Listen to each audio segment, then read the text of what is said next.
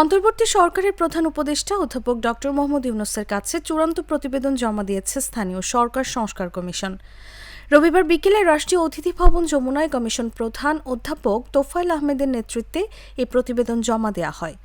প্রধান উপদেষ্টা deputy press secretary Abul Kalam Azad Majumdar এই তথ্য জানান। আজ রোববার সন্ধ্যা 6:30টায় রাজধানীর বেইলি রোডের ফরেন সার্ভিস একাডেমিতে এই বিষয়ে প্রেস ব্রিফিং করবে কমিশন। এতে স্থানীয় সরকার সংস্কার কমিশনের চূড়ান্ত প্রতিবেদন সংক্রান্ত তথ্য তুলে ধরা হবে।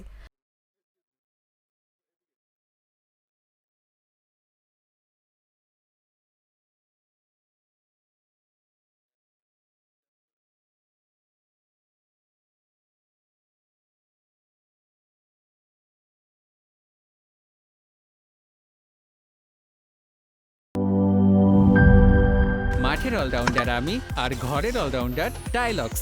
টাইলক্স টয়লেট ক্লিনার, ক্লিন মানেই টাইলক্স।